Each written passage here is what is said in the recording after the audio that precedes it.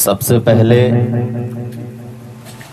उस परम पिता परमात्मा को, जिससे सारा संसार चलता है, जिसकी ऊर्जा से उसको सभी देव देवता गंधर्व ऋषि मुनि उसको भजते हैं, उसको हम प्रणाम करेंगे। तो सबसे पहले थोड़े थोड़े से फासले पे हो जाए, कोई किसी को छुएगा नहीं, थोड़े थोड़े से फासले पे हो जाए। और जो बोला जाए उसको साथ साथ में दोहराना, उसको महसूस करना, उसको भाव के साथ महसूस करना।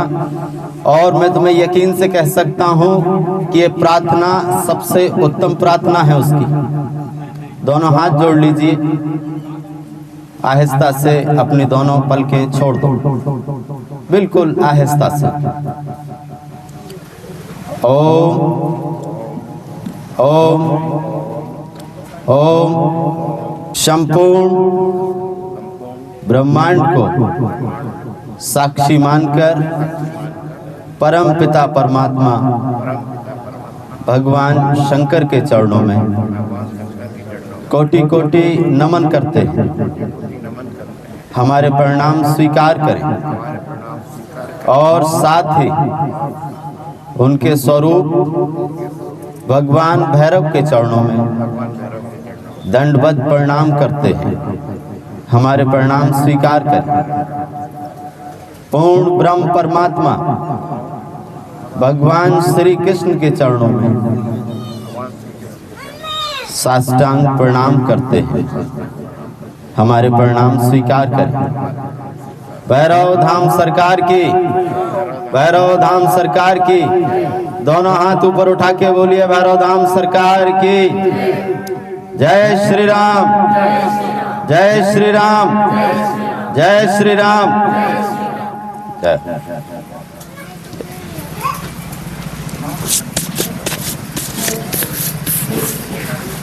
आप सभी आज शनिवार के पावन दिन पर अपना कीमती समय निकालकर धाम पर पधारे हुए हैं। भैरव धाम सरकार की तरफ से मैं आप सभी को बहुत बहुत आशीर्वाद देता हूं और साथ ही आप सभी को प्रणाम करता हूं। मेरे प्रणाम स्वीकार करें। मैंने सुना है कि किसी धनपति के घर पर सुबह ही सुबह हर रोज एक भिखारी आया करता था भिक्षा मांगने के लिए। हर रोज द्वार पर आकर वो अपना भिक्षा पात्र धनपति के सामने करता। नगर का सेठ था, जो उस पे बनता वो उसे देता। एक दिन वो धनपति बड़ा हैरान हुआ। उसने देखा कि इस भिखारी के पास जीवन में कुछ भी नहीं है। देखने मात्र से इसके कपड़े फटे हुए हैं, फटे हाल है बिल्कुल, इस पे कुछ भी नहीं है, लेकिन ये फिर भी नाचता गाता है। कौन सी इसके पास संपदा है जो मेरे पास नहीं है? मेरे पास गाड़ी है, बंगले हैं, नौकर चाकर हैं, दुनिया की सारी संपत्ति मेरे पास है, लेकिन फिर भी मेरी जिंदगी में कभी इतना सुख मैंने कभी नहीं देखा जितना ये फकीर के पास है।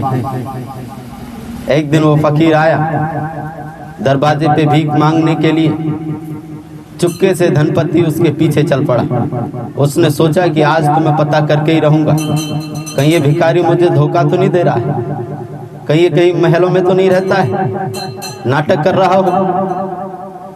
वो पीछे पीछे चला गया। बहुत दूर जाकर किसी जंगल में एक छोटी सी टूटी फूटी झोंपड़ी उसके पास, वो उसी में अपना गुजारा करता। जैसे ही धनपति उसके द्वार पर पहुंचा तो बड़ा हैरान हो गया भिखारी। उसने कहा कि मालिक आप यहाँ कैसे आए? कोई काम होता तो मुझे बता देते, मैं आ जाता आपके पास। वो धनपति ने कहा कि आज मुझे तुझसे काम है, तू ये राज बता मुझे, तेरे पास ऐसी कौन सी संपदा है जिससे तू इतना आनंद में रहता है? मेरे पास सभी कुछ है, दुनिया भर की चीजें हैं, लेकिन मैं कभी इतनी खुशी मैंने कभी नहीं देखी। वो भिखारी ने कहा कि बस इतनी छोटी सी बात, ये तो मैं तुम्हें वहीं पे बता देता। खैर कोई बात नहीं, मैं कल सुबह फिर आऊंगा, वहां आके तुम्हें बता दूंगा। धनपति इंतजार में सुबह से दरवाजे पे आंखें टिकाए हुए खड़ा है कि वो फकीर फिर आएगा, वो भिखारी फिर आएगा। आज उसने उस भिखारी के लिए सुंदर पकवान बनवाए, क्योंकि आज उसको कुछ लालच है कुछ लेने का। जहां लालच होता है वहां समझ सकते हो कैसी सेवा होती है। फिर बिना स्वार्थ के सेवा हो तो सबसे बड़ी सेवा होगी परमात्मा की। वो फकीर आया, वो भिखारी आया, उसने अपना भिक्षा पात्र उस धनपति के सामने किया। धनपति जैसे ही भिक्षा देने को हुआ बड़ा हैरान हुआ। उसने अपने भिक्षा पात्र में धूल मिट्टी कंकड़ भर रखे और उसने कहा कि इसी में भिक्षा डाल दो। धनपति ने कहा कि पागल हुए, मैंने तुम्हारे लिए इतने सुंदर पकवान बनवाए हैं, मैं इसमें डालूंगा तो गंदे हो जाएंगे। बोले कि तुम्हें क्या फर्क पड़ता है, मैं खा लूंगा, मुझे तो रोज की आदत है, तुम डाल दो इसे। वो धनपति ने कहा कि नहीं, मैंने सुंदर पकवान तुम्हारे लिए बनवाए हैं, इसको धुलो, इसको साफ करो। वो फकीर ने कहा कि इसे मैं साफ नहीं कर सकता, तो इसी में डाल, वरना मैं चला। वो फकीर चल पड़ा। वो धनपति ने कहा कि क्या तुम्हें याद नहीं कल तुमने क्या कहा है मुझसे, तुम कुछ देने वाले हो मुझे। वो फकीर ने कहा कि मैंने दिया, तूने सुना नहीं।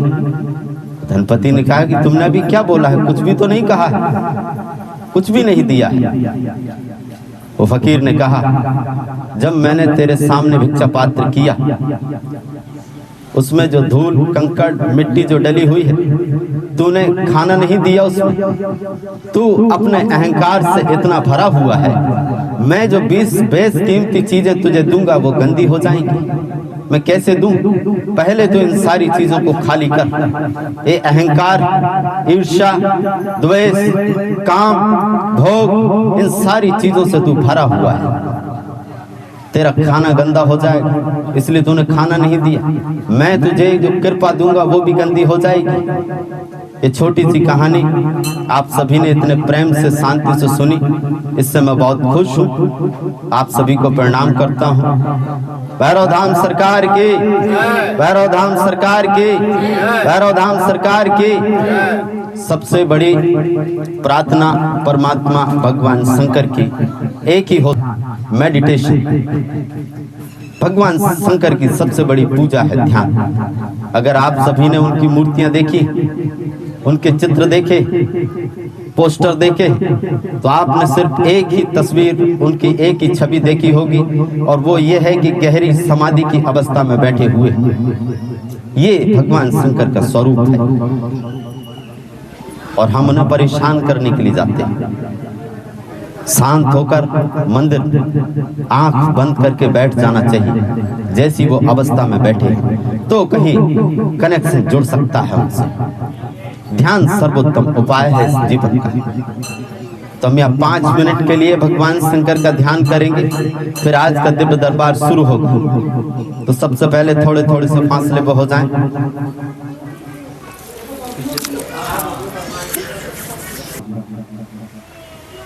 और मैं जो कहूँ उसको महसूस करें, उसको भाव के साथ अंदर ले जाएं।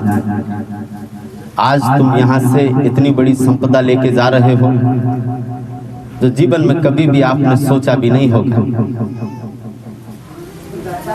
सबसे पहले अपनी दोनों पलकें छोड़ दीजिए, आहिस्ता से छोड़ दें, बंद कर लें अपनी आंखें। एक 5 मिनट के लिए अपनी दोनों आंखें बंद कर लीजिए। सभी आंखें बंद कर लो, खुली नहीं रखना है बिल्कुल, क्योंकि हमारे शरीर की 60% ऊर्जा अपनी आंखों से निकल जाती है। ये आपको मालूम नहीं होगा। सबसे पहले ये भाव करना है, मेरा शरीर शिथिल होता जा रहा है, मेरा शरीर शिथिल होता जा रहा है। भाव करते जाएं, मेरा शरीर शिथिल होता जा रहा है, बिल्कुल शांत होता जा रहा है। मेरा शरीर शिथिल होता जा रहा है, महसूस करते रहें। मेरा शरीर बिल्कुल शांत होता जा रहा है, पूरी तरह से छोड़ दें। मेरा शरीर महसूस करते जाएं, बिल्कुल शांत होता जा रहा है। अपनी जो श्वास है, मेरी श्वास गहरी होती जा रही है। मेरी श्वास पूरी तरह से गहरी होती जा रही है। मेरी श्वास गहरी और गहरी होती जा रही है। मेरी श्वास और गहरी होती जा रही है। पूरी तरह से गहरी कर लेना है।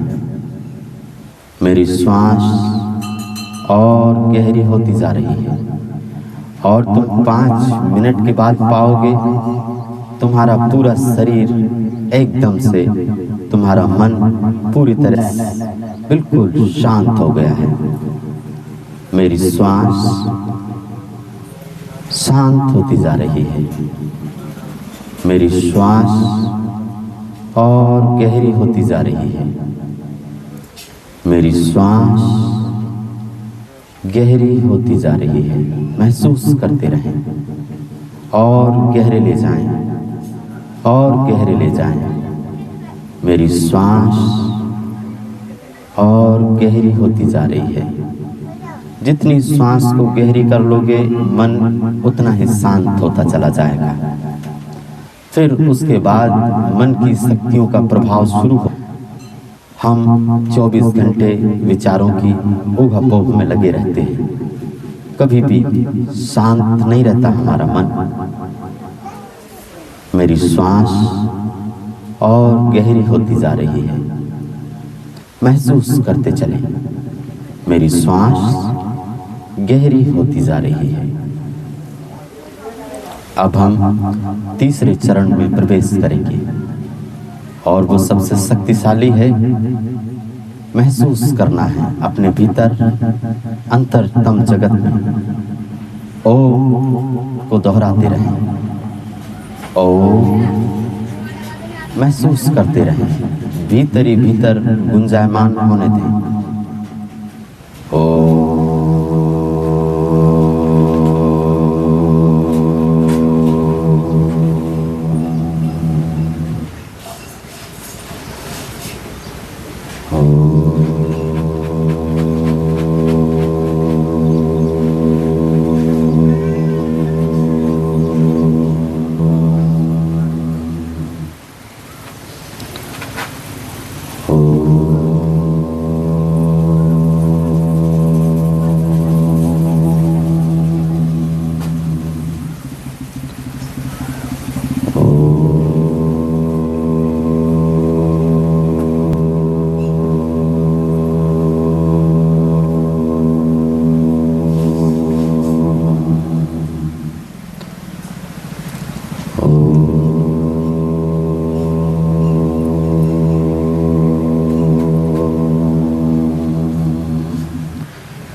कोई भी आवाजें आती हों आने दें। कोई भी बाधा नहीं लेनी है। वो उनका काम है। हमारा काम हम कर रहे हैं। ब्रह्मांड की शुद्धतम सबसे शुद्ध ऊर्जा है। इस बात को वैज्ञानिक भी प्रमाण करते हैं कि इस पूरे ब्रह्मांड में एक ही ध्वनि गूंज रही है लगातार, और वो है ओम। वो हमें संपदा में मिली हुई है, क्योंकि हम ऐसे धर्म में पैदा हुए हैं जो धर्म खजाने से कम नहीं है, लेकिन हम उसी खजाने से थोड़ी बहुत संपदा भी अपने जीवन में नहीं ले पाए हैं। इस चीज को महसूस करते रहें। ओम की ध्वनि को गुंजायमान करते रहें बस 2 मिनट। उसके बाद आहिस्ता से अपनी दोनों आंखें खोल लेना।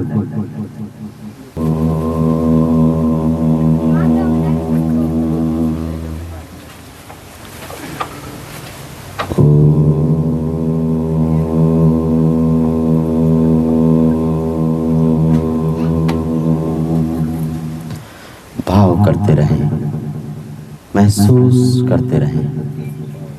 तुम्हारे भीतर से सारी नकारात्मक ऊर्जाएं बाहर निकल जाएंगी। तुम्हारे भीतर से सारी बाधाएं हमेशा के लिए दूर हो जाएंगी। महसूस करते रहें, बस 1 मिनट महसूस करें।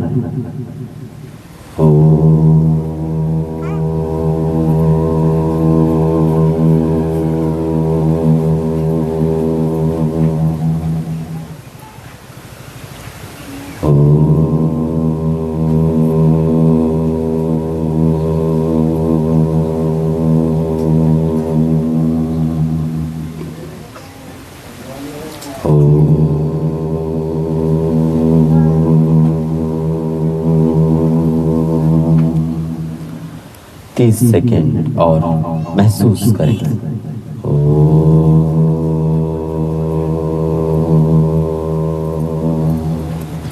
सभी के शरीर से नकारात्मक बाधाएं खींच ली जाएं।